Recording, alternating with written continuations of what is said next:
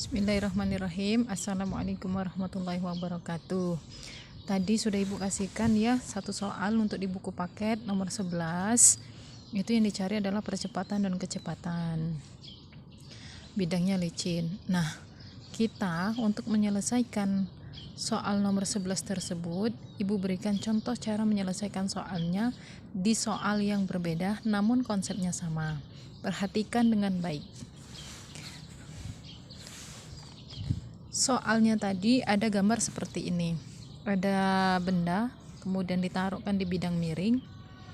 Ada sudutnya 30 derajat. Jika massa benda adalah 1 kg, alfanya 30 derajat dengan percepatan gravitasinya 10 meter per sekon kuadrat. Berapa percepatannya? Pertama yang harus kalian lakukan ketika menyelesaikan soal penerapan hukum Newton, baik hukum 1, hukum 2, dan hukum 3 Newton adalah menganalisa gambar dan menguraikan diagram gayanya. Bagaimana kalau yang ini? Coba perhatikan. Ini kalau ada gambar bidang miring, kemudian ada benda di bidang miring tersebut seperti ini. Kemudian ini adalah lantai dasar yang datar, misalnya seperti ini ya. Kemudian Ibu berikan bidang miring, kemudian di atas pena ini ada benda. Nah, benda ini adalah bergerak ke arah bawah sampai menyentuh lantai ke sini. Bagaimana cara menganalisa gayanya? Yang pertama, seperti yang Ibu katakan 2 pekan yang lalu, bahwasanya ketika menguraikan diagram gaya yang harus dilakukan, yang pertama sekali ada gayanya adalah wajib hukumnya gaya berat. Nah, gaya berat ini adalah tegak lurus ke pusat bumi. Seperti ini. Nah, ini adalah W, gaya beratnya. Kemudian menyentuh ke bidang ke atas, ini ada N.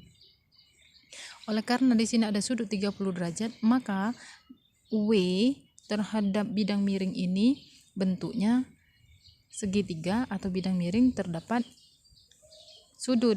Jika terdapat sudut, maka diuraikan secara vektor. Bagaimana menguraikannya secara vektor?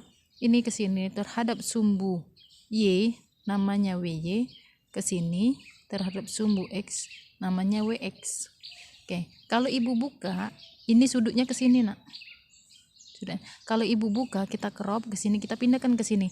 Seperti ini, maka ini adalah WX, ke sininya adalah WY, maka yang bidang miring ini adalah W, ini W-nya. Nah, di sini adalah sudutnya. Nah, kita buat proyeksi. Kalau proyeksi ini ke sini adalah WY, yang ini adalah WX ini. Nah, seperti konsep pekan kemarin, siapa yang di depan sudut itu yang sin, siapa yang di samping sudut itu yang cos. Maka depan sudutnya ini adalah WX ini yang sejajar dengan WJ ini. Yang ini yang sudut. Jadi kalau pakai konsep W sin theta, maka depannya adalah WY, miringnya per W. Maka yang WY ini adalah sama dengan, kita depak dia ke sini, ini pembagian jadi perkalian, W sin theta. Kemudian WX ini adalah konsep cos theta adalah samping per miring. WX siapa sampingnya? WX. Siapa miringnya? W. Maka WX itu sama dengan W cos theta. Kita masukkan ke sini bahwasanya yang tegak ini adalah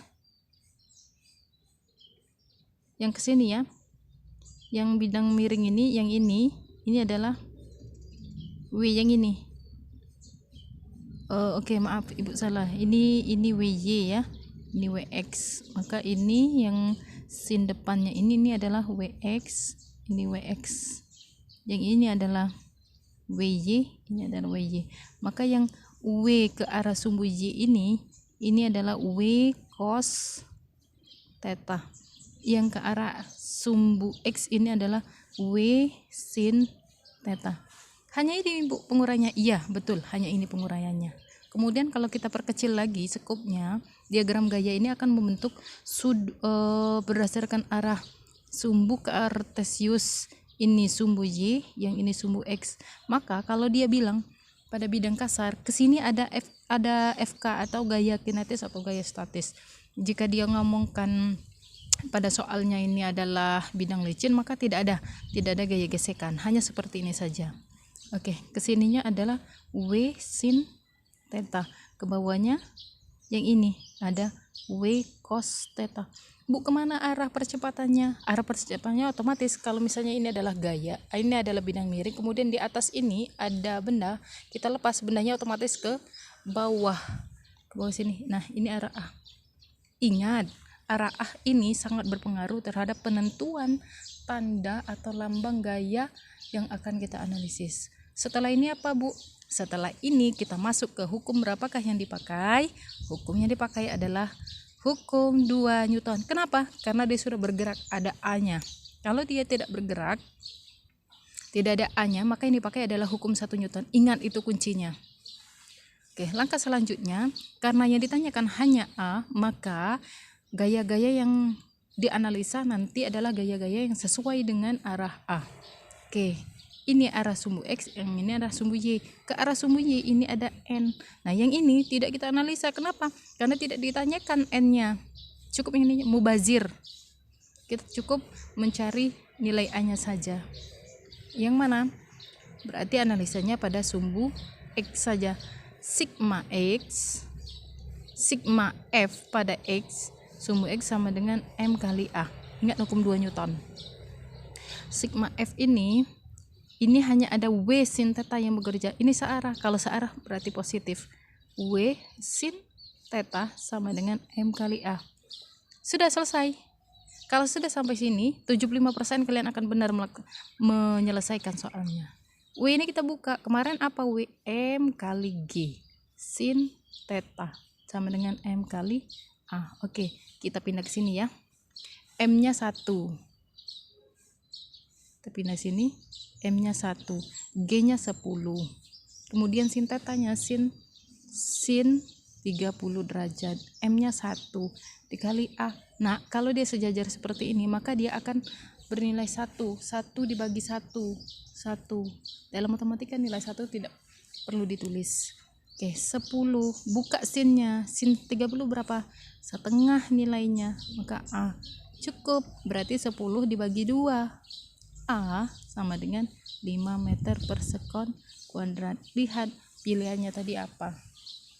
Mudah-mudahan paham sampai di sini. Kalau ada pertanyaan silahkan. Assalamualaikum warahmatullahi wabarakatuh.